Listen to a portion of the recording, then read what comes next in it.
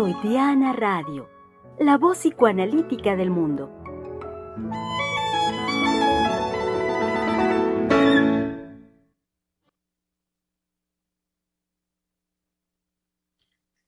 Es miércoles, querido público, y como tal saben que es la oportunidad de volver a pensar.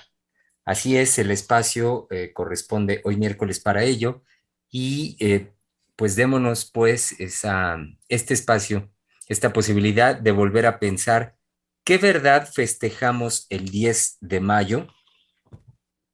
Festejo que ayer tuvo realización en nuestro país, lo sabemos bien, y que ha sido pues aquello que nos ha permitido armar esta conversación la semana anterior, esta semana también, eh, al respecto de la madre, el amor materno, el tabú del amor materno y todo lo que también esta semana hemos estado desarrollando, ni qué decir el día de ayer acá con la doctora Adriana Lozano, con la doctora Heiser.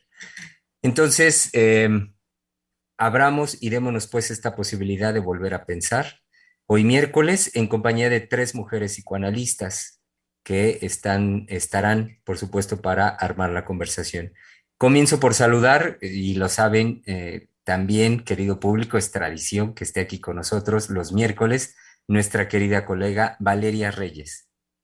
Así es tradición de miércoles y bueno, a mí siempre me da mucho gusto estar en el programa y justo ahora me tocó el día después del 10 de mayo. Entonces, creo que volver a pensar toma también un sentido distinto después de haber festejado a las madres y con el cuestionamiento de lo que hemos trabajado como tema del programa, que es ¿qué verdad festejamos el 10 de mayo?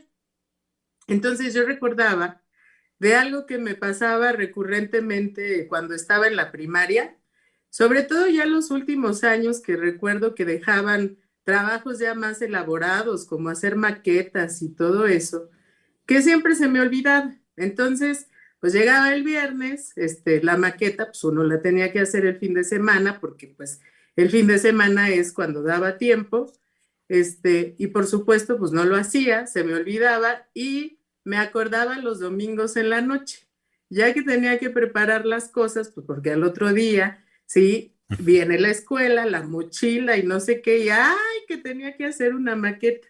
Ajá. Entonces, me acuerdo que era muy angustiante porque yo decía, ya no están las papelerías abiertas. Y algo que para mí era muy satisfactorio era saber que yo iba a ir con mi mamá a decirle y que mi mamá iba a encontrar una solución. Entonces, ahí era en donde yo sentía pues ese cariño por mi madre, porque siempre encontraba algo, pues ya no en las papelerías, porque esa hora estaban cerradas, pero pues cosas que tenía en la alacena o cartulinas o pedazos de listones y todo eso. Y finalmente ella me ayudaba a resolver pues la maqueta que yo tenía que entregar. Entonces, en esta pregunta de ¿qué verdad festejamos el 10 de mayo?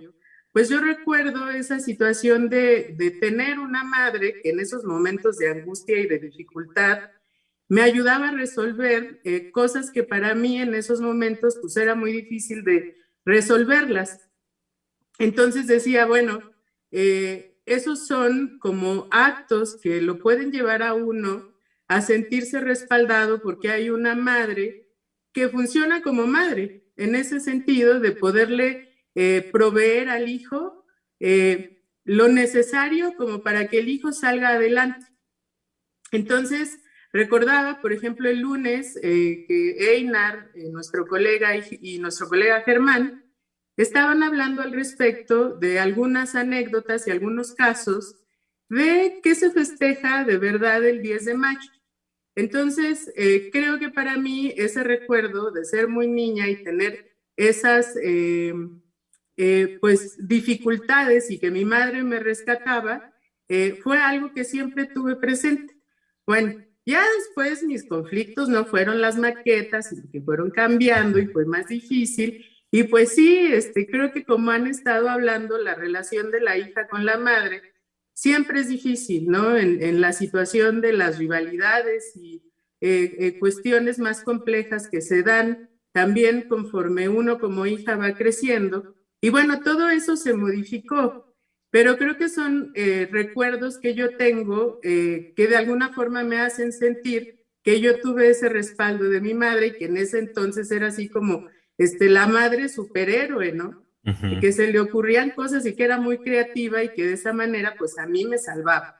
Entonces, esto lo estuve pensando porque bueno, como es miércoles de volver a pensar, me fui a investigar ciertas cosas en relación a la maternidad, porque ayer hubo algo que la doctora trabajaba de cómo es que venimos, que nacemos de un cuerpo que no nos pertenece. ¿Sí? Y que eso, bueno, se me hizo genial porque yo no lo había pensado. Y dije, ok, es verdad, nacemos de un cuerpo que no nos pertenece, pero desde el momento en el que nacemos, ¿sí? Pues nos relacionamos con ese cuerpo y establecemos afecto, amor, odio, toda una erotización, que eso era algo que ayer también la doctora trabajaba, en relación a nacer de un cuerpo que no nos pertenece. Entonces, estuve leyendo un artículo que escribió Dominique Laurent en relación a la procreación asistida por la ciencia y las posibilidades que hay actualmente que tienden a borrar el rastro de la madre. Sí, ahorita me voy a explicar qué quiero decir con esto. Entonces, hay posibilidades en la actualidad de poder comprar óvulos, de poder comprar en un banco de espermatozoides, pues espermatozoides, que en un laboratorio los puedan unir y además, una vez que se haya llevado a cabo la fecundación, pues ese óvulo fecundado se puede instalar en un vientre subrogado. ¿Sí? Y podemos pensar, sí, que la posibilidad es, por ejemplo, si una pareja homoparental desea tener un hijo, pues pueden comprar, alquilar el vientre subrogado, ¿sí? Hacer que este bebé crezca en ese vientre alquilado y una vez que nace se los entregan. Entonces, algo que leía hace algún tiempo es que se tenía la idea de que si ese bebé no tenía las huellas del rastro de quién era su madre biológica, tal vez de esa manera se podía evitar conflictos que se tienen, por ejemplo, cuando los niños saben que son adoptados, ¿sí? Y que viene una curiosidad por saber quién es su madre, saber por qué la madre no se quedó con ellos, ¿sí? O qué ocurrió en esa situación para que el niño no hubiera podido crecer al lado de su madre o de la mujer que lo gestó y que lo parió.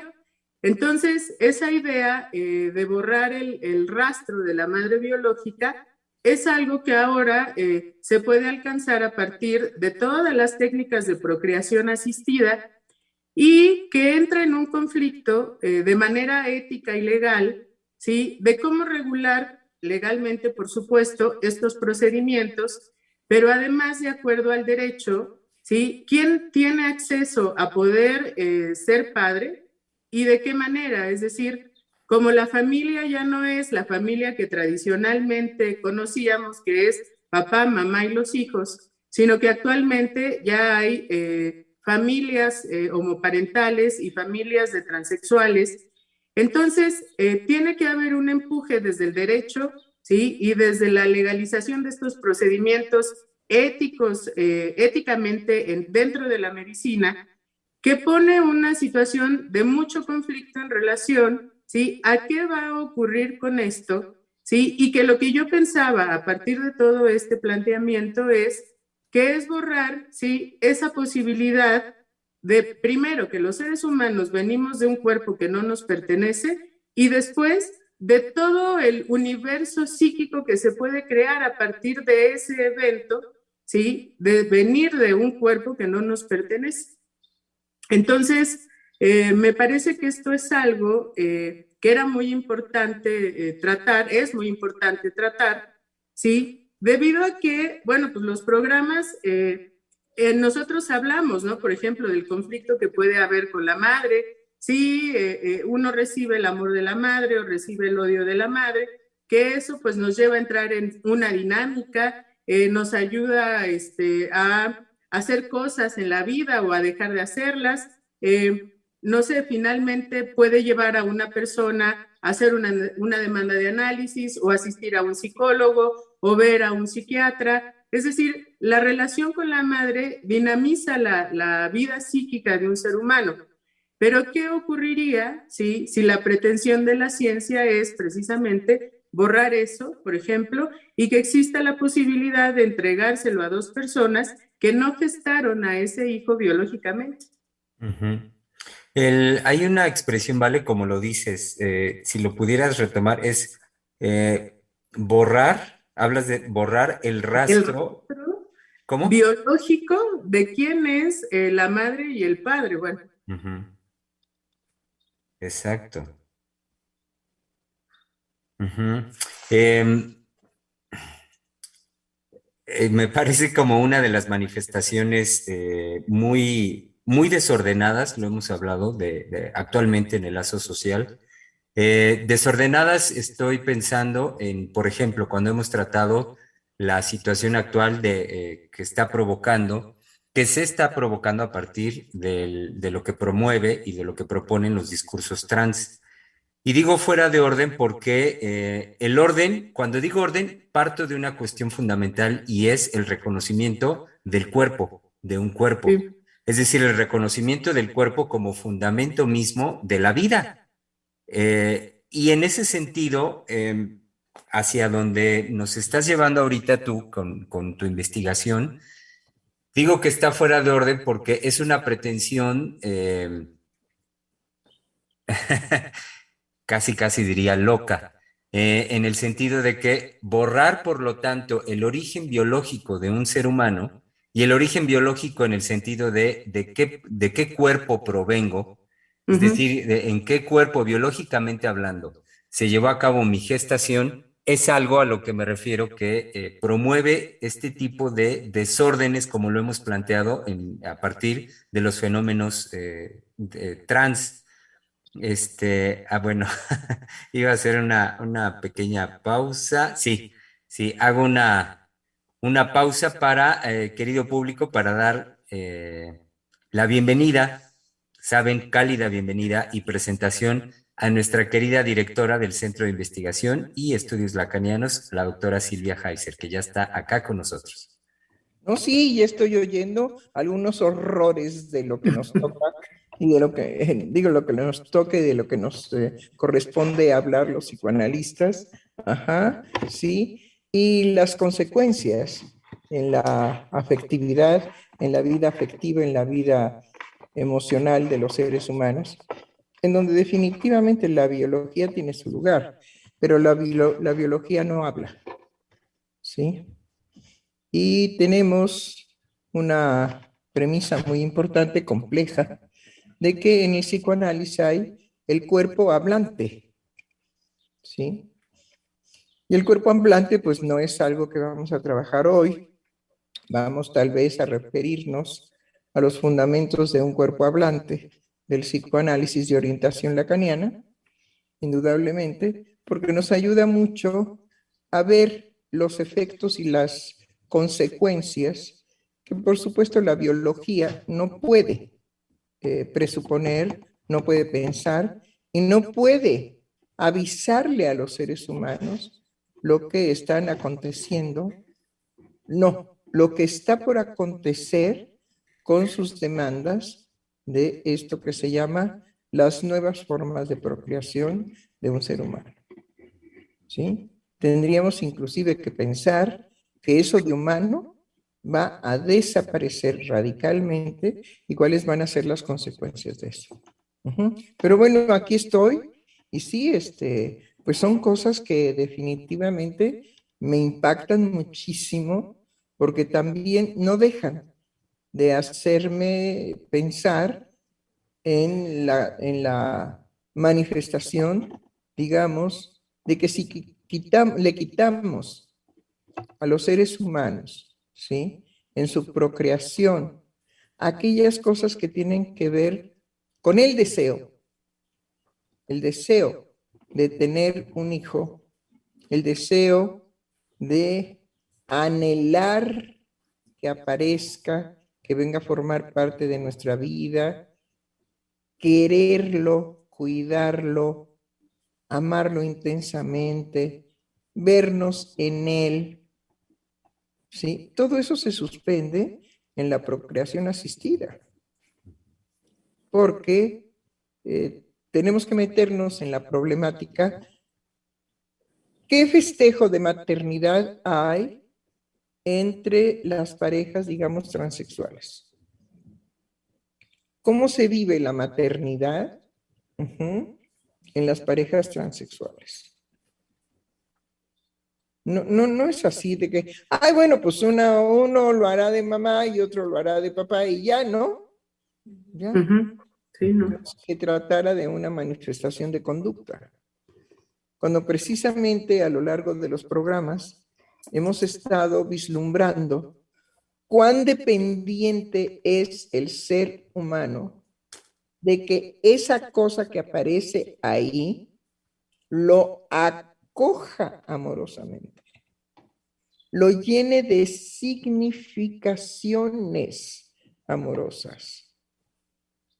Me recuerda, por ejemplo, esa escena crudísima de la película El perfume, en donde la madre es una vendedora de pescado y entonces le toca parir, pare así, casi de pie. Simplemente llega un momento en que ya nace el bebé, corta el cordón umbilical, lo avienta al bebé, lo arroja, ¿sí?, al lugar donde se desechan las escamas, bueno, lo que hay que desechar para alinear, no, ¿Alinear? ¿cómo? ¿Alinear? Sí, alinear, Mm. alinear al El pescado y los desechos, y ahí avienta a su hijo recién nacido. Es decir, como desperdicio, como lo que salió de ella, pero que fuera así como si se tratara de una defecación, que lo que acaba de nacer no es un ser humano, sino es un desecho. Pues hay que ponerlo en el lugar de los desechos, ¿no? Y después todo lo que se ve de la búsqueda de este ser, pues no humano, porque ya no se humaniza nunca, sino que todo el sentido de su vida es buscar un perfume, un algo que lo mantiene, digamos, vivo. Y todo lo que se le ocurre para encontrarlo, ¿no? Pero ya no es un ser humano. Claro. Es otra cosa. Bueno, eso me evocó esto, digamos, de la producción asistida, la producción de seres humanos, sí, asistida. Asistida por la ciencia. Asistida por la demanda. Que en donde no hay un deseo. Por eso les digo, tenemos situaciones verdaderamente complejas.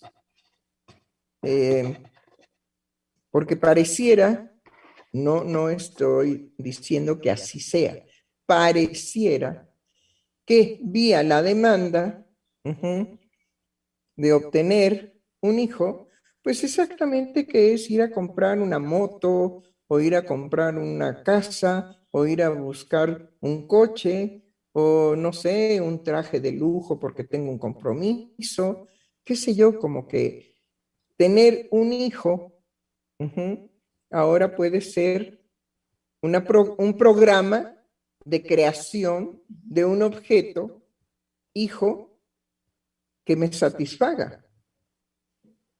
Nada de todas estas complejidades de, pues, ser la madre para, ser el padre para. No. Es decir, con la paternidad y la maternidad asistida, que no se usa así, sino se usa la procreación asistida, no, la maternidad y la paternidad asistida, ¿sí? Y que lo que nos asiste es la ciencia, pues entonces, si las parejas transexuales y las parejas homosexuales si las parejas lésbicas, si las que van y vienen, ¿cómo se llaman las que van y vienen? Que usan de todo. Bisexuales, pansexuales, hay distintas categorías. Exactamente, todo lo que se nos puede ocurrir de hacer en todo caso un pequeño diccionario al respecto de cómo se ubica ahora la sexualidad en el siglo XXI. Y entonces hacer un pequeño diccionario que tenga su definición, ¿no? No confundir transgénero con transexual. Transexual, bien definido, es esto. Transgénero es esto. ¿Sí? Vamos a necesitar tener, digo, para no ofender a nadie, necesitamos traer en nuestro celular un diccionario que nos ubique, perdone, así en una reunión social, ¿no? ¿Y tú qué eres? Digo, porque ya la imagen no bastará, sino ¿y tú qué eres? ¿O hacia dónde apuntas? ¿Sí? ¿O de qué manera te sientes a ti mismo? ¿O misma? ¿O mesme? ¿Sí? O incluso, doctora, me parece que como lo plantea es ya muy profundo decir tú qué eres, porque en la actualidad se lo plantean incluso de cómo amaneciste hoy, qué es lo que hoy te satisface, qué es lo que hoy quieres practicar. Y hay unos, no recuerdo creo que la palabra que utilizan para eso es cisgénero. Creo, no estoy muy seguro. Entonces, ¿qué es el planteamiento de que depende de con qué gusto amanecí hoy al respecto de mi práctica erótica y eso soy hoy, mañana quién sabe? No, creo que el cisgénero es el que corresponde el género y el sexo con el que naces. O sea, lo que antes se decía como heterosexual, ahora quitan lo heterosexual y dicen cisgénero como aquel que sí corresponde a su sexo de nacimiento. Ok. O sea, nací mujer y soy mujer y me identifico como mujer.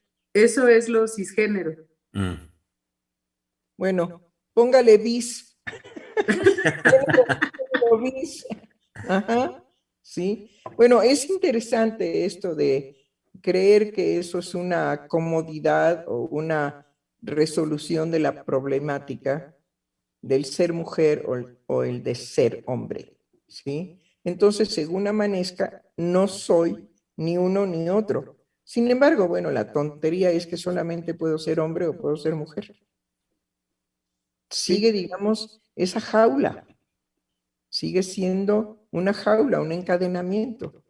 No importa que sea yo capaz de crear una aparente libertad de que ahora me puedo sentir hombre, y la paradoja es que no voy a actuar como hombre, porque no sé qué es ser hombre. Y ahora despierto y soy mujer, pero también no sé qué es ser mujer. Entonces, bueno, los psicoanalistas sabemos de eso. Sabemos que la problemática no está en de qué humor despierto. ¿Sí? Sino que si tengo un cuerpo, por ejemplo, vamos a problematizar eso. Si tengo un cuerpo de mujer y entonces despierto y digo, ay, hoy soy hombre y me toco el clítoris, ¿qué onda? ¿Está ahí, digamos, la solución del ser? No. Porque usted, Germán, decía, bueno, el gusto, como por el gusto. ¿Cuál gusto? Me toco el clítoris. Sí. ¿Sí?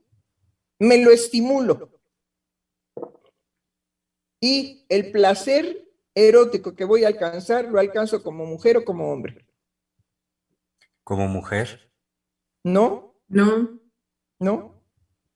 Justamente no hay posibilidad, de definir el placer, porque el placer no tiene sexo, no tiene género. Por eso digo, es un empendejamiento. Sí. Estos asuntos del amanecer de decisión u otra, es un empendejamiento. Pero podemos darles por lo menos recursos. Bueno, yo despierto y digo, soy mujer. Y entonces me empiezo, ¿sí?, a jalonear el pene. Llego a un orgasmo provocado por la masturbación. Y ahí ese placer es femenino o masculino. Pues ni uno ni otro, es un placer, No. eso se siente. Es un placer que no tiene género. Entonces, desde ahí allá hay una confusión de creer que despierto hombre o despierto mujer y entonces puedo alcanzar un placer sexual porque yo me creo hombre o yo me creo mujer. Pero ¿cómo? Si no hay acceso. El placer se lleva a cabo, pero no hay manera de definirlo. No sé si me expliqué. Sí. Bueno, por eso digo que hay un sistema de empendejamiento. ¿Sí? Bueno, pero avancemos. ¿Qué más, mi querida Vale? ¿Qué más hay en la Villa del Señor? Ay, doctora, Mercado sexual. se ve un futuro desmadrado, tal cual. Gracias, madre. En ese sentido, pues justo lo que decía, tener esa idea de que el hijo deje de ser deseado o planeado, o aunque llegue de sorpresa, pero que se vive esa experiencia para los seres humanos de cómo se va a dinamizar toda su vida psíquica a partir de que puede recibir la noticia, por ejemplo, en el caso de la mujer, que cuando se da cuenta es cuando el periodo ya no le bajó y dice, tengo un atraso, y va y se hace la prueba y descubre que está embarazada.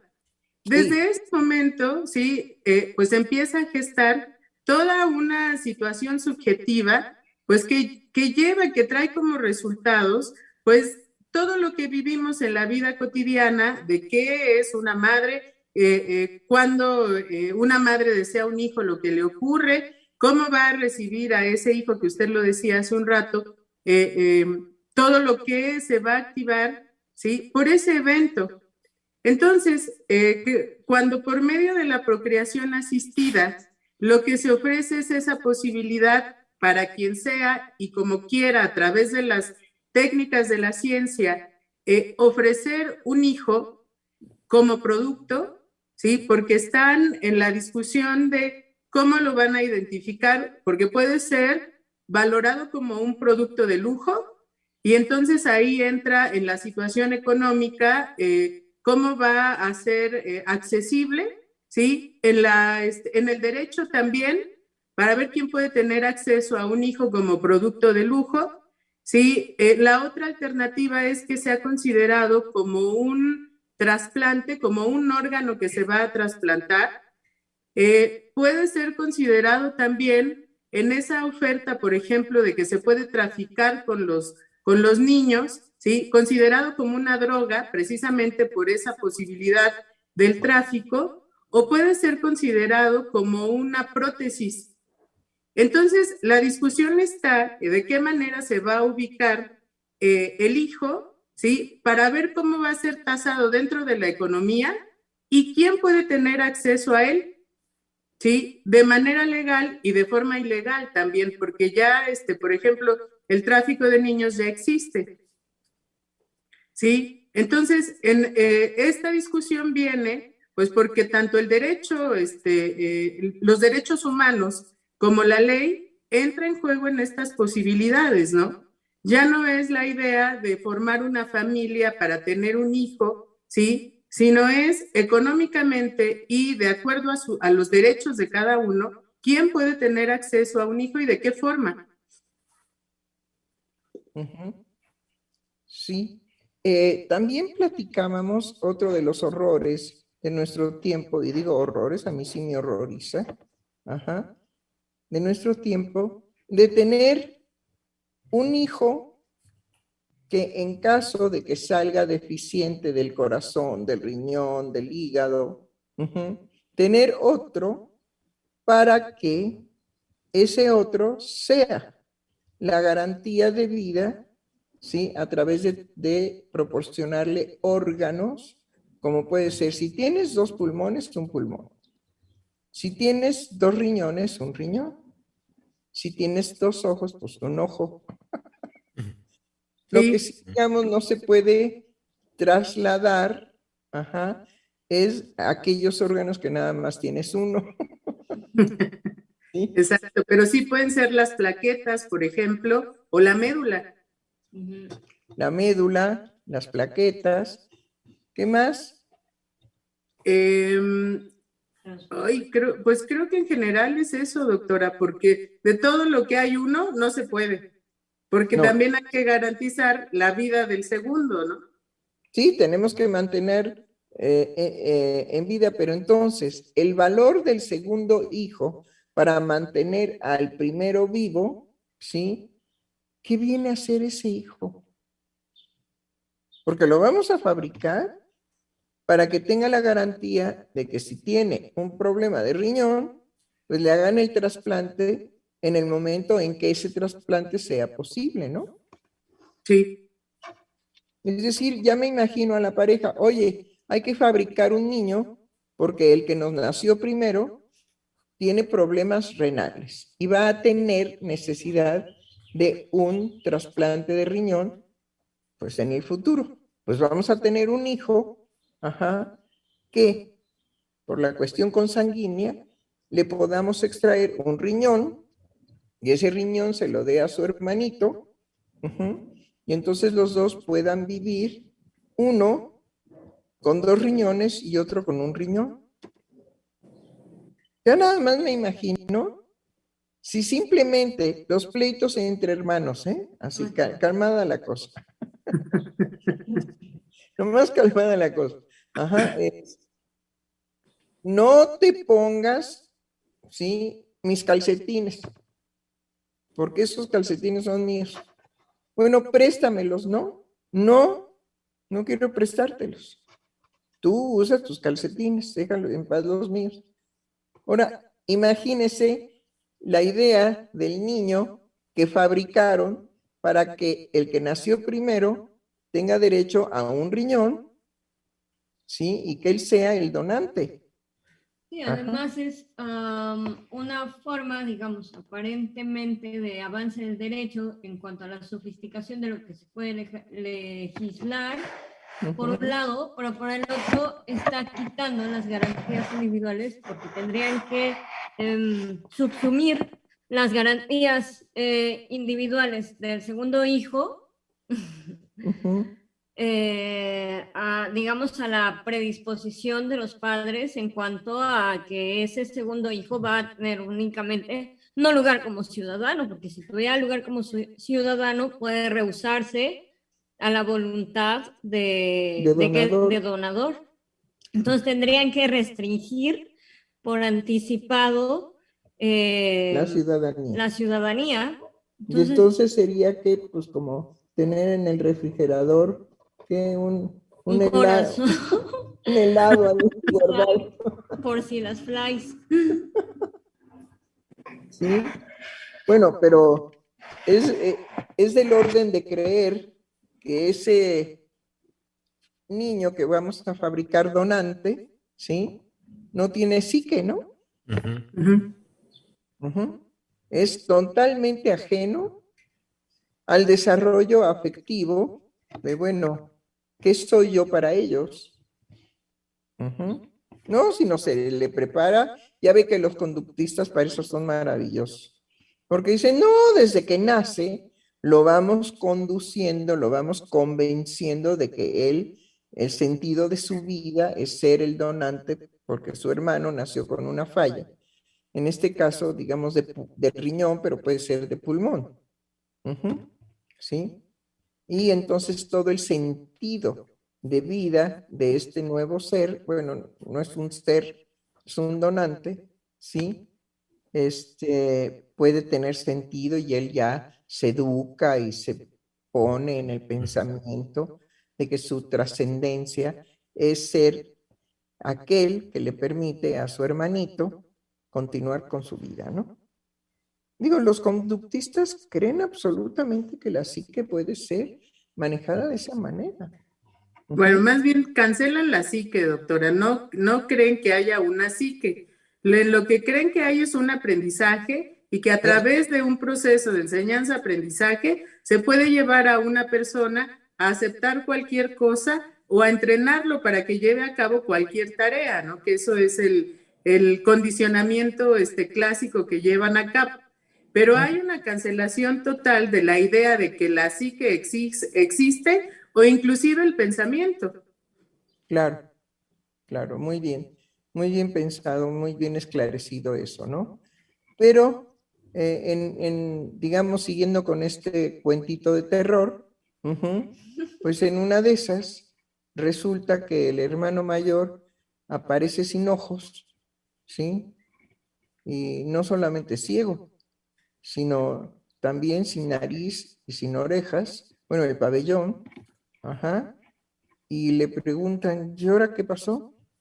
No, pues yo quería tener sus orejas, sus ojos, ¿sí? Y su nariz, ¿por qué no? Él también me puede dar a mí, ajá, y lo podemos convencer o entrenar. ¿Cómo es el entrenamiento? Condicionar. Ya lo podemos condicionar, ajá, a que pues eso fue una donación que él podía hacer. ¿No? Ay, qué horror. Sí. Sí. Y también, o sea, el efecto psíquico para aquel que va a recibir los órganos, en donde ese canibalismo primitivo, pues está justificado. Es decir, yo puedo hacer pedazos al otro, introducir en mí su riñón, sus pulmones. Es decir, es una... Las plaquetas, decía la doctora. Es una forma de descuartizarlo, ¿no? Exacto. Es lo que dice Giselle, la doctora Giselle, que viene esta idea canibalista, ¿no? Sí. Pero encubierta, doctora, porque ahorita que usted dijo cuentito de terror, me hizo de inmediato recordar a Frankenstein. Y entonces, recordando esa obra, decía, me venía a la mente, bueno, lo que ahora atestiguamos es que a través del derecho y del avance de la ciencia, lo que parecía pues nada más esa gran obra de la Ilustración, como una ficción, hoy es una realidad. Y es una realidad justificada además por estas dos plataformas, por la plataforma del derecho y por la plataforma de la ciencia. Entonces, ¿qué diría Mary Shelley? ¿Qué estará diciendo Mary Shelley en su tumba? Ver que hoy es una realidad del orden de lo cotidiano, que el derecho y la ciencia justifican que es posible que juguemos a Víctor Frankenstein. Claro, por supuesto. Pero también, como decía nuestra colega Valeria Reyes, ajá, tenemos que tener un estándar de vida alto económicamente. Por eso decía que el niño se convierte en un artículo de lujo. No cualquiera puede acceder a tener un hijo de esa manera. ¿Sí? Sino que se convierte en un artículo de lujo. Pero es interesante, ¿a poco no es interesante que nuestro público se anime a pensar con nosotros estos cuentos de terror, que son realidades ya, ajá, que no son cuentos, sino que son realidades, y pensar, bueno, ¿cómo es la maternidad en esas situaciones? ¿Sí? ¿Cómo es que los padres se podrían poner de acuerdo, la madre y el padre, para tener un hijo, para procrear un hijo que fuera, digamos, la garantía de la vida del otro, en trasplantes? ¿Sí? La maternidad, la paternidad. ¿Cómo se puede pensar en una maternidad, ¿sí?, de un transexual? A mí me parece que son cosas importantes, interesantísimas. Pues es que, doctora, creo que el día de ayer usted introduce algo que nos pone en el punto de volver a pensar en cuanto a que no es cuestión de un rol, de aquel que se va a hacer cargo de ciertas funciones y aquel que se va a hacer cargo de las funciones de la madre y de las funciones del padre. Usted ayer nos pone la línea de lo real. Sí. Entonces, Sí. no es esa madre sin su goce. Nos hablaba del goce jugado del lado de la madre, inaccesible para nosotros. Así es. Entonces, creo que ahí pone un punto muy fino en cuanto a que no deja de estar en juego lo constitutivo de lo femenino, y en la línea de lo inaccesible, pues ciertamente no podemos aterrizarlo en un rol que nos podamos describir a nosotros mismos para hacer un semblante de madre. Claro, exactamente. Creo que lo que definitivamente se nos plantea ahí es que lo que entra en juego, pero yo lo pensaba un poco motivacionalmente, es decir, para motivar las opiniones del público, ¿sí? Lo pensaba en que se animen a pensar que independientemente de que el psicoanálisis demuestra que es imposible definir el goce femenino, ¿sí? Entonces, no, sino ya habiendo transformado un cuerpo de hombre a mujer, de mujer a hombre, ¿cómo se puede jugar en el hombre transformado en mujer ser madre? El deseo de ser madre. Y el deseo de ser madre que no pasa por el hecho de haber transformado el cuerpo. Porque resulta que el deseo de ser madre pasa por el lado del deseo. Y el deseo es inconsciente. No tenemos acceso a él. Se manifiesta, pero no tenemos acceso a una definición. ¿Sí? Porque no vayamos a entender, que bueno, el deseo es, por ejemplo, decir, deseo ir de vacaciones. No, ese no es, ¿eh? O deseo tener ahorita mucho dinero. O deseo tener una pareja ideal. O deseo mi nieve de limón. O deseo, como ayer jugábamos, con el calor estábamos divertidísimas aquí, el grupo de psicoanalistas del Centro de Investigación, y empezamos a jugar de que, ¿a poco no sería rico ahorita un Bloody Mary? No, sí, claro que sí. Pero también sería riquísima una Coca-Cola con nieve de limón. Claro, por supuesto. Y también sería riquísimo unas margaritas que parece ser que prepara muy bien. Vale, sí, doctora. Justo la doctora Valeria Reyes en Tepoztlán hace unas margaritas deliciosas, doctora, para el calorón. Ahí está, ve, ya tiene su fama. Exacto. Entonces, bueno, no es ese el deseo del cual habla el psicoanálisis, sino de que el deseo es un deseo inconsciente. No lo podemos ni definir, ni podemos entrar, digamos, a lo que verdaderamente es un cumplimiento de deseo. O el acto de desear, que no es eso.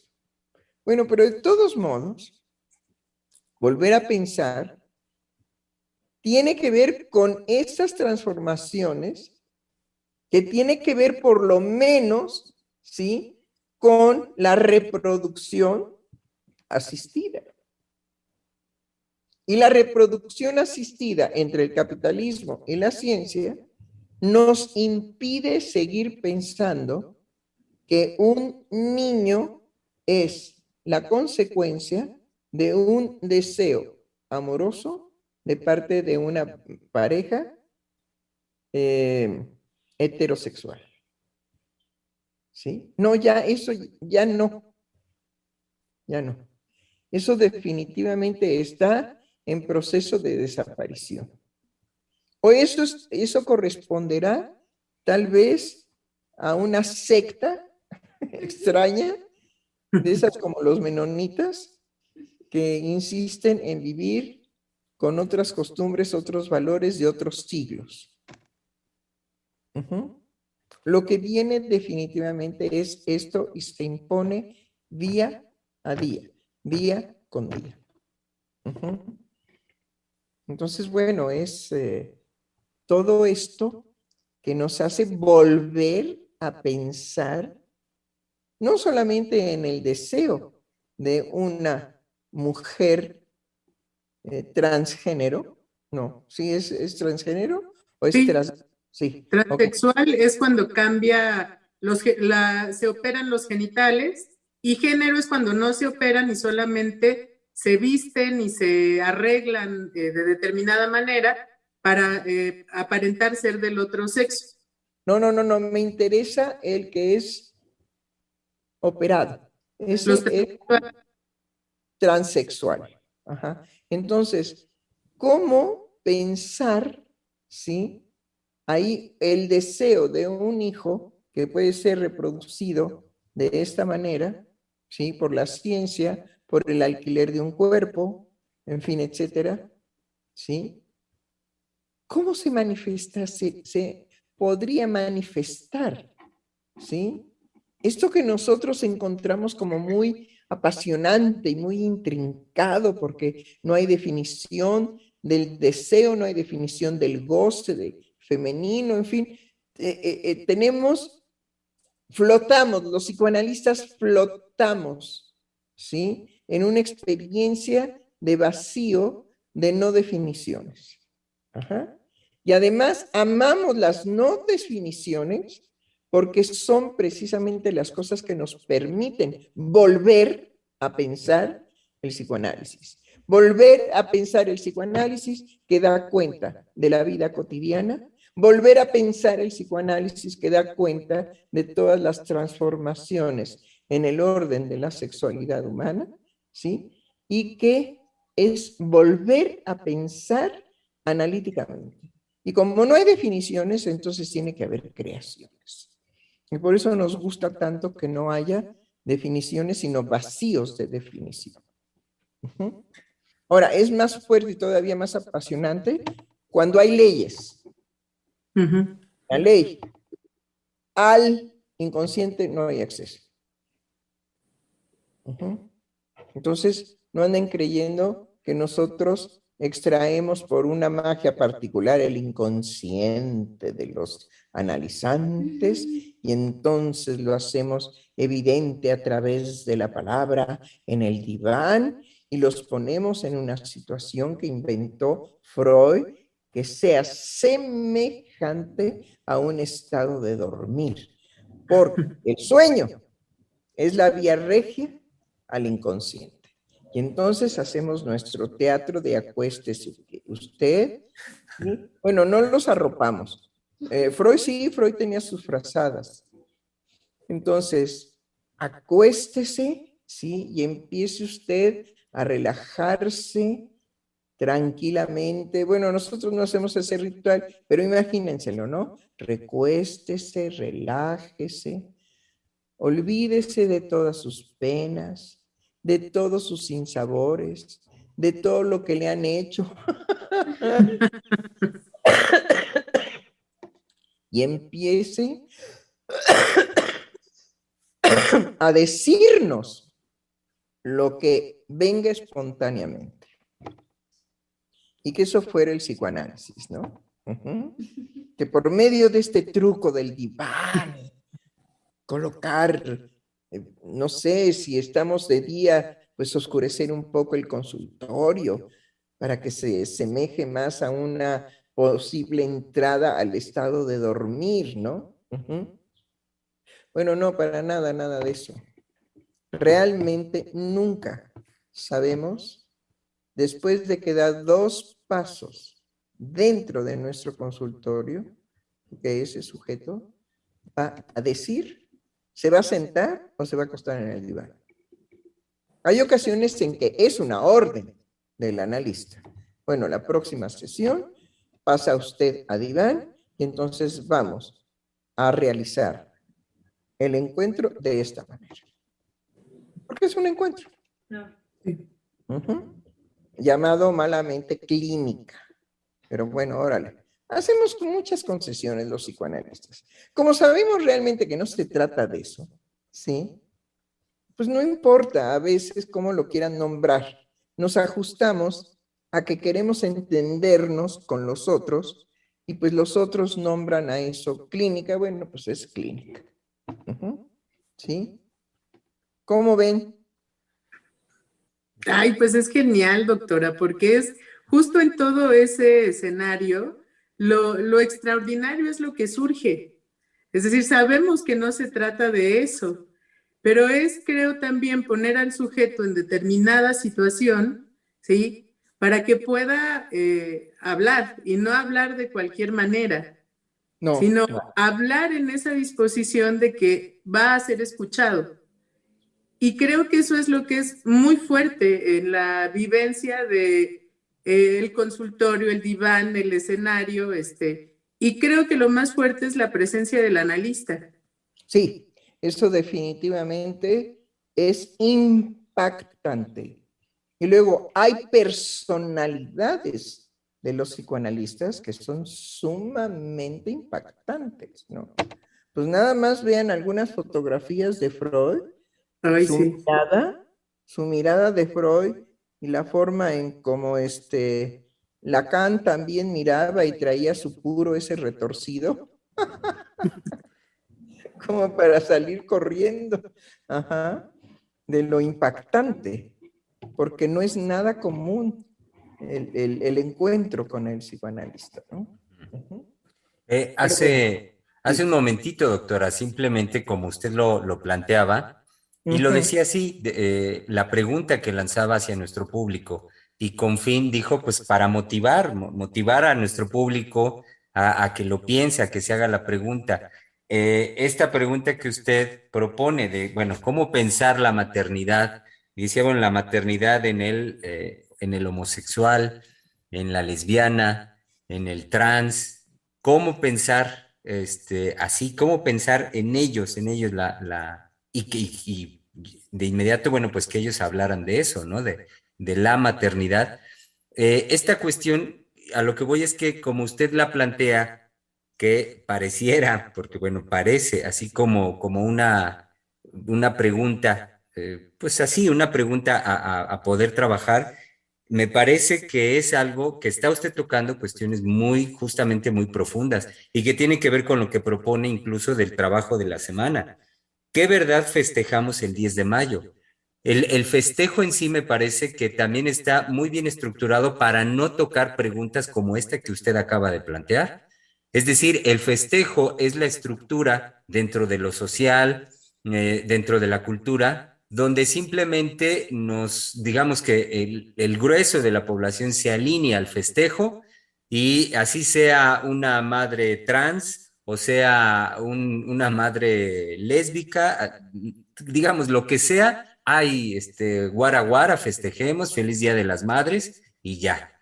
Pero ya desde lo que usted plantea, ¿qué verdad festejamos? Como la pregunta que acaba de plantear, ¿cómo pensar la maternidad en estas personas? Es una fractura justamente de lo que la celebración encubre, de lo que la celebración se encarga de mantener, por decirlo así, a raya, que no se hable de eso. Entonces, el planteamiento mismo que ya usted hace es, bueno, es llamar, que a mí me parecería muy interesante, llamar a que justamente un homosexual o una mujer lesbiana ejerciendo la maternidad, pues justamente hablen de ello, Uh-huh. que se abra esa posibilidad. Sobre todo, tal vez no que hablen, pero sí que lo piensen, ¿sí? Tal vez no haríamos nosotros una hegemonía social de la palabra. Ahí tenemos otro tipo de problemas, ¿sí? Se ha usado desproporcionadamente la palabra, ¿sí? Y queda muy lejano lo que nosotros sabemos de las consecuencias de venir a utilizar la palabra, ¿sí? En una situación analítica. Porque ahora se usa la palabra de una manera desproporcionada pública, ¿no?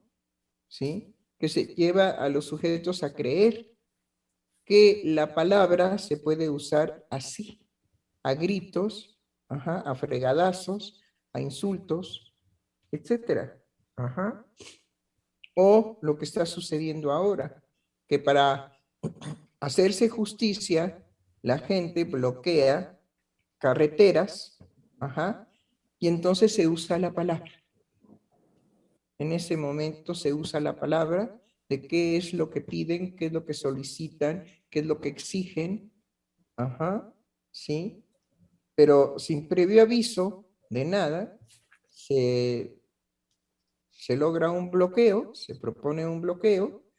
Los demás ciudadanos que inesperadamente están en la carretera para su desplazamiento, para llevar a cabo algo, son presos, porque son detenidos, son presos y pierden su derecho, ¿sí?, de traslado, su derecho de circular. Y entonces tenemos ahora problemas muy severos en cuanto a estas manifestaciones de la población, de que como no me hacen caso, o como tramitar la desaparición de un niño que iba por las tortillas, esa desaparición pasa por un proceso muy complejo y no se logra recuperar al niño, ¿sí?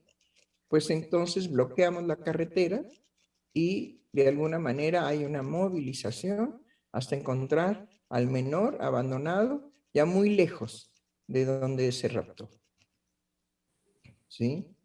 Y ya por quítame estas pajas también, pues bloquean, pero ¿y los derechos de los demás? Pero yo no quería hablar tanto de eso, sino de cómo el mal uso que se hace ahora de la palabra. ¿Sí? Bueno. ¿Y qué más? Sí, creo que la pregunta iba, sí, a esa reflexión, porque me parece que cuando usted cuestiona cómo puede surgir ese deseo de ser madre, o un anhelo de maternidad de un transexual, yo lo pienso, por ejemplo, en el caso del hombre, creo que es lo más complicado, porque en el caso de las mujeres que hacen el tránsito, muchas deciden no quitarse el aparato reproductor con la idea de que más adelante pudieran ser madres, ¿no? Entonces no es ese tránsito tan complejo como en el caso del hombre que decide operarse. Entonces ahora, por ejemplo, en el caso de las mujeres que hacen el tránsito a convertirse en hombres, como no se quitan la matriz, más adelante, si surge en ellas el deseo de ser madres, se embarazan. Entonces, ahora hay imágenes de transexuales, bueno, que ya hicieron el tránsito a ser hombres embarazados. Y yo he visto, por ejemplo, que suben alguna fotografía a las redes sociales y se arma toda una polémica en cuanto a la discusión si es un hombre embarazado, porque lo quieren publicar de esa manera, ¿no? Un hombre embarazado. Entonces, la polémica siempre es que la gente que opina en las redes sociales, ¿sí?, le dice que no es un hombre, que se trata de una mujer que hizo un tránsito, pero que se puede embarazar y que solamente un organismo de mujer es quien puede llevar a cabo el proceso del embarazo. Entonces son polémicas muy recurrentes, pero que en el caso de la mujer que hace el tránsito, el deseo de ser madre puede surgir, ¿sí? Y no importa que tenga barba, bigote y músculos, ¿sí? De todas formas eso se lleva a cabo e inclusive después de eso decidir regresar del tránsito y volver a tener la imagen de mujer. Creo que en el caso de las mujeres eso es posible. En donde es radical es en el caso de los hombres, porque no hay vuelta atrás de los procedimientos quirúrgicos. Bueno, pero yo me hacía una pregunta.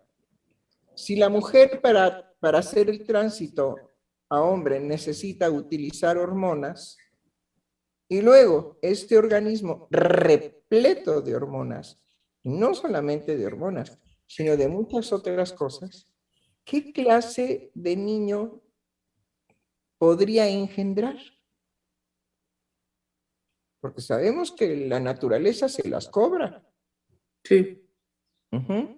No puede ser que con tanta hormona masculina para masculinizarse, ¿sí? La matriz esté intacta y los ovarios también, y aquí no pasa nada. No. Simplemente la invasión de hormonas que el organismo tiene que soportar ya es un problema serio de salud. Sí. Porque no es saludable. ¿Sí? La salud, bueno, tal vez en algún momento pensemos que es la salud orgánica. Uh-huh. Y puedo adelantarme muy rápidamente. La salud orgánica, ¿sí? Es la posibilidad de atropellar nuestro cuerpo con todo lo que nos propongan. ¿Sí? Es decir, la idea de salud orgánica no existe en la realidad porque todo el mundo desde hace mucho tiempo anda empastillado. Uh-huh. Por una u otra razón, tengo dolores de cabeza, tengo trastornos gástricos, tengo problema del sueño, tengo apneas, no respiro bien. ¿Sí? Es decir, algo tengo. Ajá. Uh-huh. Entonces, ese ideal de salud orgánica pues no existe, definitivamente no existe. Y después, bueno, pues la contaminación cada vez más produce mayor desencadenamiento de enfermedades crónico-degenerativas, porque pues, el organismo no se puede adaptar de la noche a la mañana a tantos contaminantes, bueno, en fin. Sí. Pero bueno, eso así como para adelantarnos. Pero volviendo a nuestra problemática de la maternidad, ¿sí? Ajá, y volver a pensar, creo que lo que nos trajo ahora la doctora Valeria, de los horrores en cuanto, para mí son horrores, en los horrores que tenemos que enfrentar, ¿sí? En función, definitivamente, de esa, digamos, hermandad entre el capitalismo, o sea, el dinero, el poder del capital, ¿sí? Y la ciencia. Entonces transforma al niño en una mercancía de lujo. Uh-huh. ¿Sí? Y que bueno, realmente, pues hasta nos vemos ridículos hablando de amor. ¿Qué onda? ¿Qué es eso? Pero estos pobres desgraciados no se han dado cuenta de que ya la Tierra no gira alrededor del Sol. Que todavía están ahí con sus cosas de que no, amar es una experiencia bella. Ay, por favor, por favor. Cuando yo puedo llegar a la clínica fulana de tal y quiero tener un hijo, ¿sí? Y yo soy hombre, pero guardé mi matriz y mis ovarios para que el día que yo quisiera tener un hijo, tuviera los órganos de almacenamiento para que me injerten o me inserten o me metan o lo que sea, ¿sí? Un espermatozoide que se combine con mi óvulo, ajá, y tenga un hijo. Quiero tener un hijo. Así como Pedro Infante que dice, sírvanme las otras. Igualito. Sí. Igualitito. Uh-huh. Doctora, deme oportunidad. Quisiera dar lectura a los mensajes que tenemos ya de nuestro público Radio Escucha. Analicet Martínez nos saluda diciendo buenos días. Guadalupe López dice, saludos. En el pueblo donde vivo, escucho decir a algunas personas, ten un hijo para que cuando seas grande te cuide, como si garantizaran sus cuidados futuros. Qué tradición, ¿no? Qué tradición. Pero Sí. no solamente podemos decir al respecto de estos aspectos de México, sino que también hay que tener hijos porque necesitamos trabajadores, Ujú. trabajadores que no cobren sueldo, pero que tampoco su alimentación nos cueste, sino que ellos muy tempranamente lo puedan devengar con su fuerza de trabajo. Ujú. Ujú. También nos escribe Aura Ugalde y dice, ay no, doctores, ahora sí se pasaron con todos estos imaginativos tan horrorosos. Parecen historias para Halloween. No, Adelantamos los monstruos al diván. no, sí, adelantamos al diván. No, y qué buen comentario, porque créame que no es nada más usted, yo me horrorizo de todo lo que mi colega Valeria investigó al respecto de volver a pensar y que no habíamos tratado precisamente la incógnita de la maternidad en estas formas de la procreación asistida. Ujú. Es decir, ¿en dónde queda el deseo materno? ¿En dónde queda el amor materno? ¿En dónde quedan las florecitas que recorté para dárselas a mi mamá? ¿Dónde queda esa linda experiencia que nos contó la doctora Valeria de que su madre se apuró inmediatamente a respaldarla en aquel vacío que se produjo por un olvido y que iba a ser definitivamente para la doctora Valeria algo muy penoso de tener que enfrentar si no llevaba la maqueta? Ajá.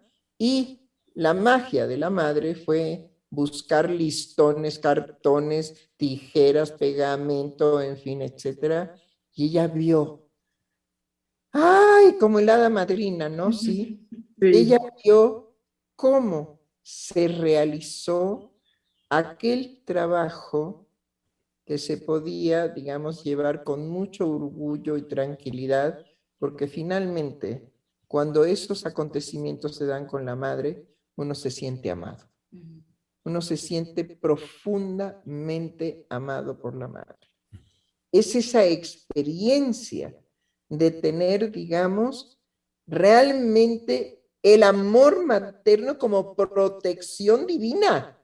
No son cuentos, no son cuentos. Las religiones empiezan en lo infantil, en esa vivencia de omnipotencia que los niños viven cuando las madres les dicen, sana, sana colita de rana, si no sana soy, sanarás mañana. Y el niño se está retorciendo ahí de dolor, pero está aquí, ahí la madre con su palabra de consuelo, con su palabra de sentido del humor, con un canto, con algo que al niño le haga soportar tal vez el dolor terrible de una fractura, porque bueno, los niños se fracturan, ¿sí? Los ancianos también, pero a los ancianos ya no les cantan.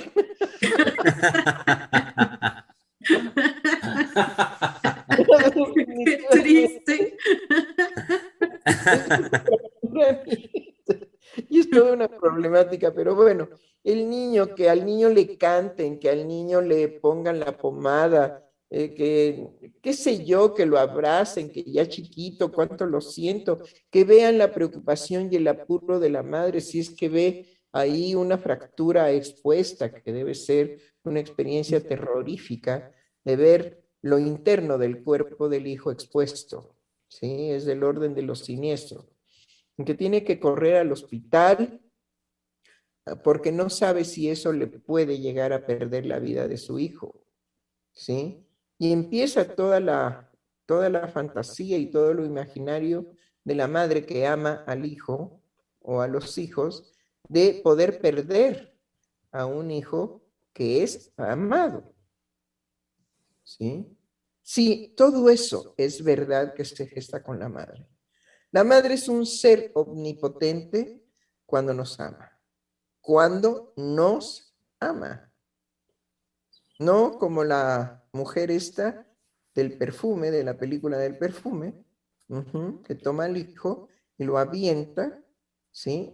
Al lugar de los desechos.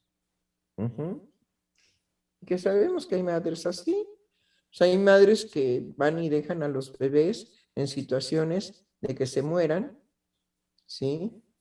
Y y uno dice, pero qué barbaridad, qué crueldad, qué cosa tan espantosa. De mujer vino a dejar.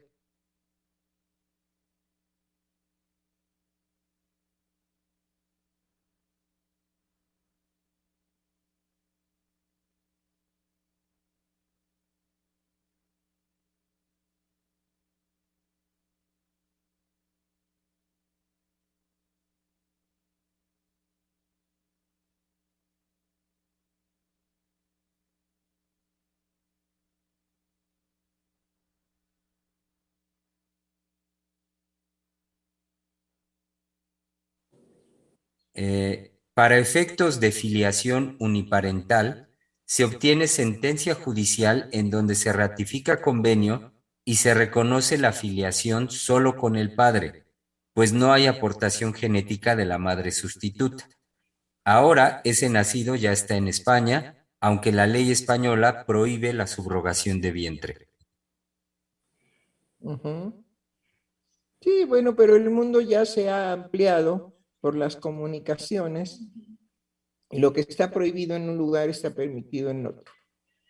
Y volvemos a la cuestión de las posibilidades Claro. económicas. Sí. O tener tu dinero en Suiza, ¿no? Como tener el dinero en Suiza, dice nuestra colega.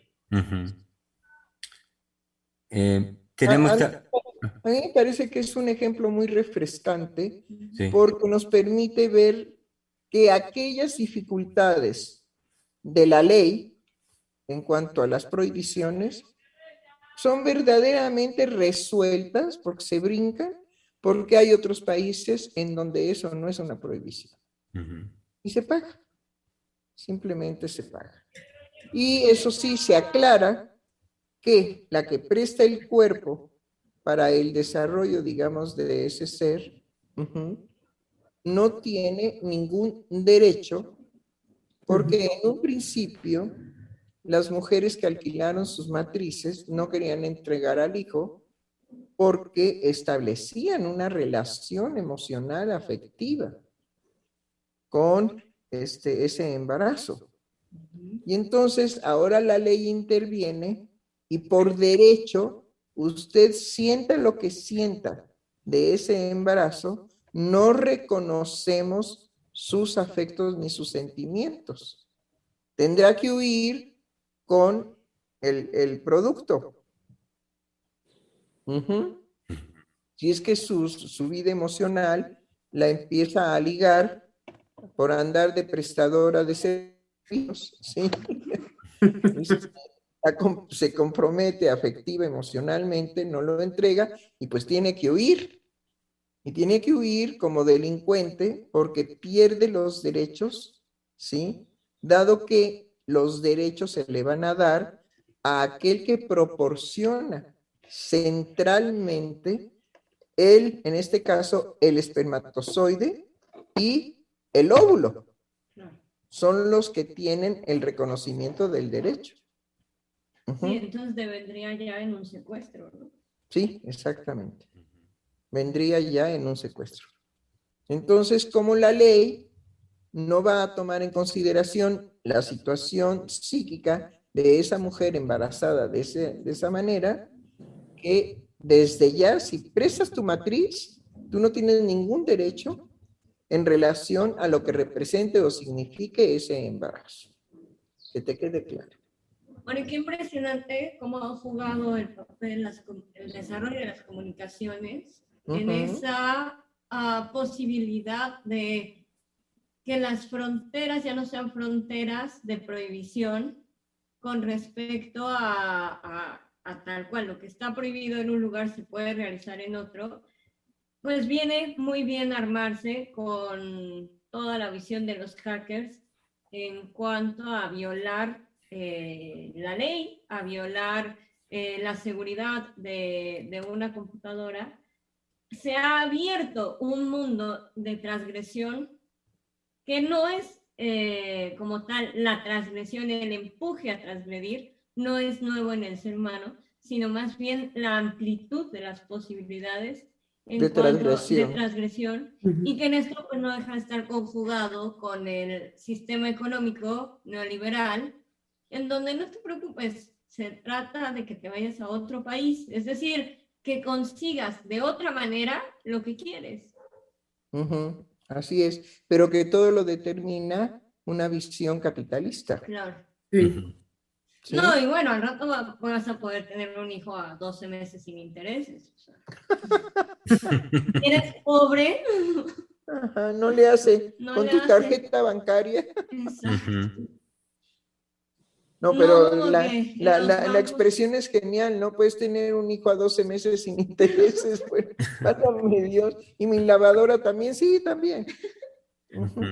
Por igual, por igual. Bueno, ¿qué más comentarios? Y tenemos el último comentario, doctora, que hemos recibido por hoy. Llega de parte de Sonia Vargas, que dice, en una serie de Netflix sobre el cuerpo humano, hacen un recorrido sobre todos los sistemas del cuerpo y lo enlazan con historias.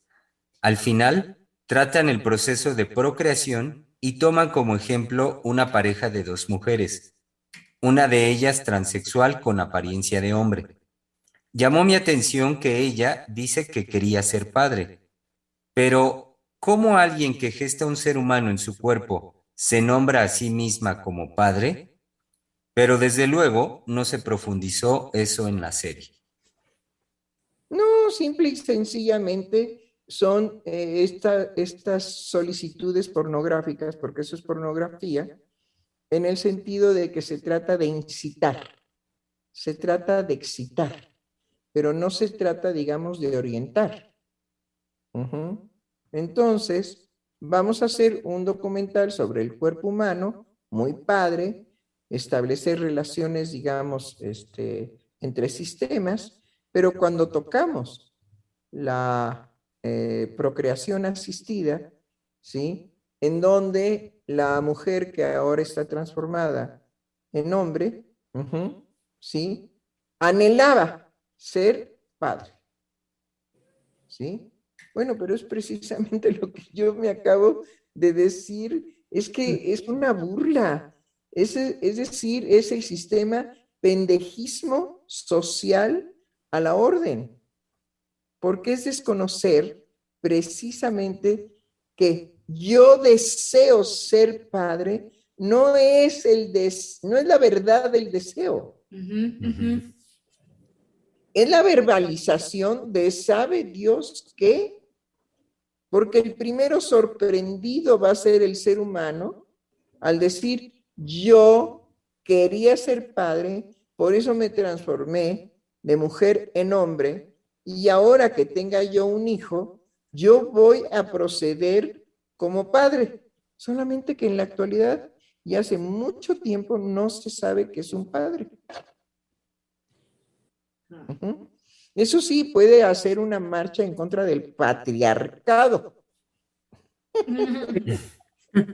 en contra del machismo, uh-huh, que ella, como mujer, al transformarse en hombre, tendrá la sabiduría de nunca ser macho, porque fue mujer, y tendrá la sabiduría de nunca ser patriarca, porque siempre fue sometida.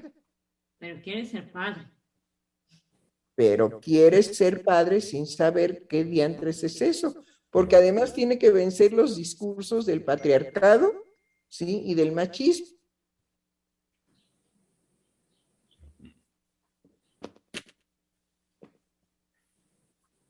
Entonces, bueno, pues tenemos el siglo XXI lleno verdaderamente de la nueva ola del mundo de las ilusiones y de las omnipotencias en un desconocimiento absoluto, pero en una posibilidad de llevar a cabo ese desconocimiento como si se tratara de un deseo verdadero. Es terrible lo que nosotros recibimos del drama, de bueno, no hay regreso en el caso de el hombre transformado en mujer, ¿sí? Y la angustia y la desesperación y la sintomatología severa casi del enloquecimiento, porque no hay marcha atrás. Que pegan de gritos y de aullidos de no es esto lo que yo quería.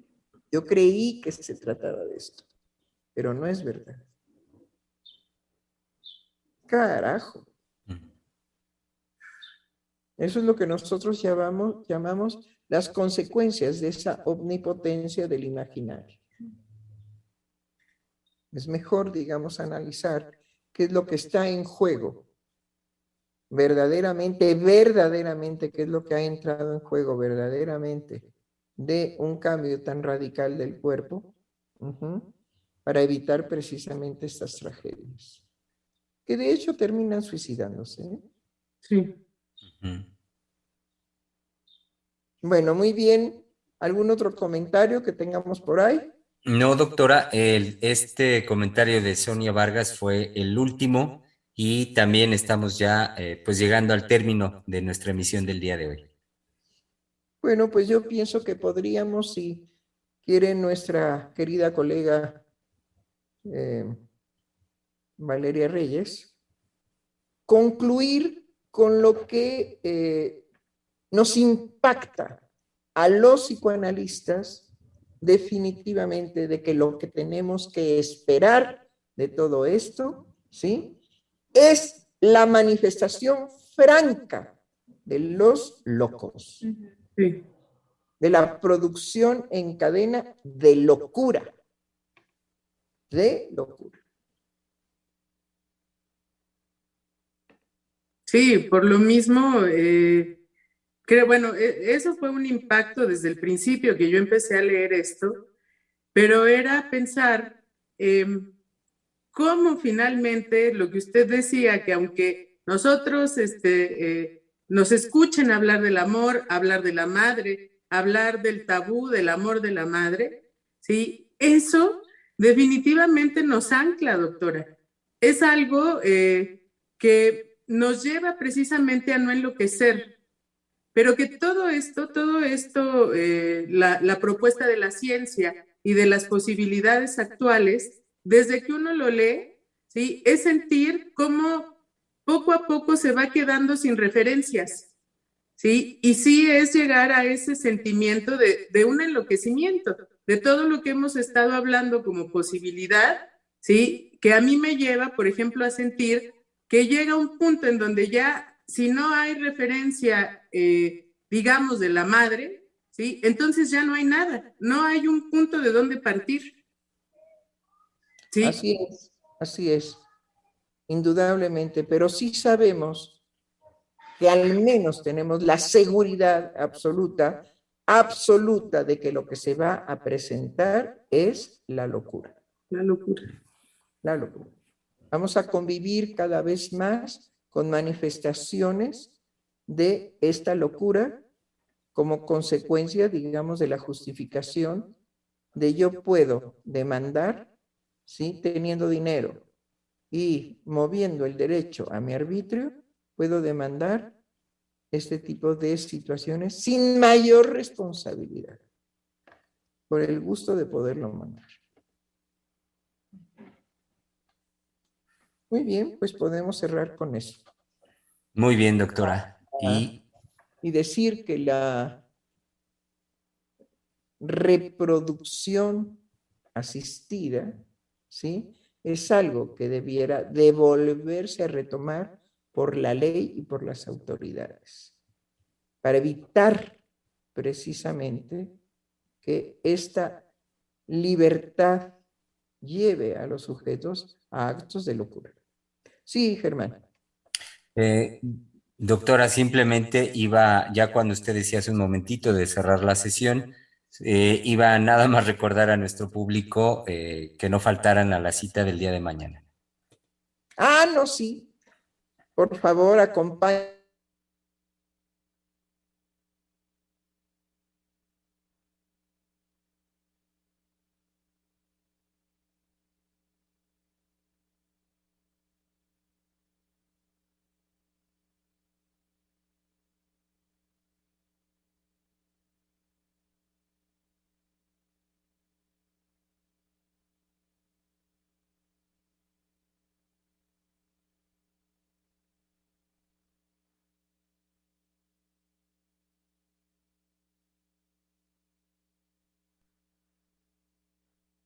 me estoy refiriendo pues al derecho, a la ciencia, a todos, en todos los campos, el lugar imprescindible y necesarísimo que tiene ya hoy, en el siglo XXI, el psicoanálisis.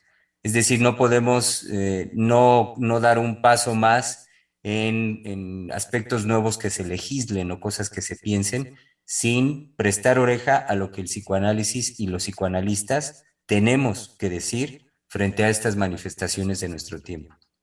Sí, definitivamente tenemos una responsabilidad ética en cuanto mi abuela diría, abrirles los ojos. Sí. Sí. Definitivamente. Y eso, créanme que sí con espanto a veces de lo que se nos viene encima, ¿por qué no decirlo? Somos seres humanos que nos podemos espantar, nada más de ver las consecuencias, ¿sí?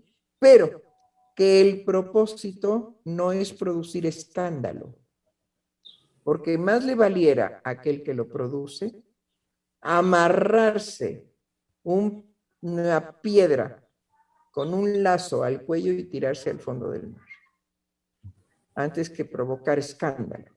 Como lo que estaban, digamos, ahora comentando, ahora se llama el politizar, ¿sí? Hacer político el crimen que se llevó a cabo con una jovencita de Monterrey. Y que está, digamos, este dime diretes entre el fiscal y el gobernador, que bueno, lo conocemos porque él se hizo gobernador gracias a que produjo un video de cuando su esposa tuvo COVID, ¿no? Sí.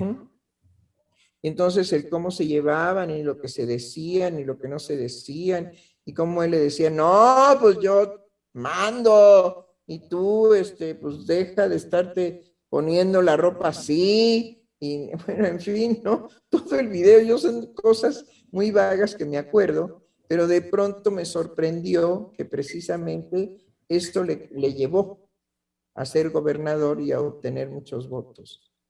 La gente simpatizó y fue a votar por él. Y ahora, pues, si el video me llevó a la gobernatura, porque así está la sociedad de Monterrey, ¿por qué no me van a llevar a una experiencia política en donde hago pinole al fiscal? Pues es lo mismo. ¿Sí? Voy a utilizar las redes para poder, digamos, lograr mis objetivos, ¿no? Entonces, bueno, esperemos que ese tipo de cosas no se tome en el decir, digamos, en estos programas, de que lo que nosotros pretendemos es satanizar, ¿sí? Exagerar, escandalizar y poner, digamos, a la población en una tensión mayor. Todo lo contrario. Eso que quede claro. No podemos evitar ser interpretados, mal interpretados. ¿Sí? Claro, pero justo creo que frente a la fuerza de lo que se viene para nosotros, y como usted decía, doctora, lo que ya está dentro de la sociedad, dentro de las posibilidades del ser humano en cuanto a la reproducción asistida, pero muchísimas otras cosas más, el tráfico de órganos, la reproducción de órganos.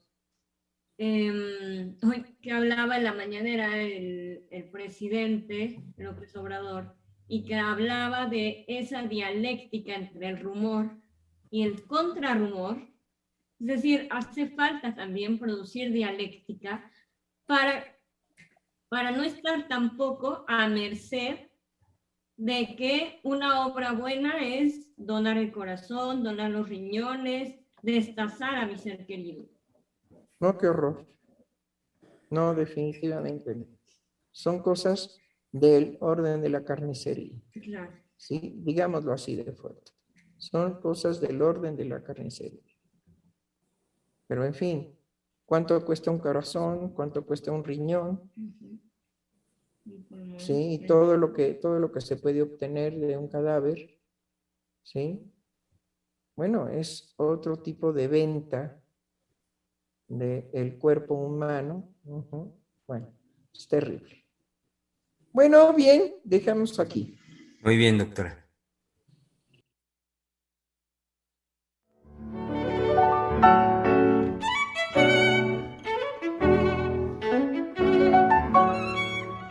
Freudiana Radio, la voz psicoanalítica del mundo.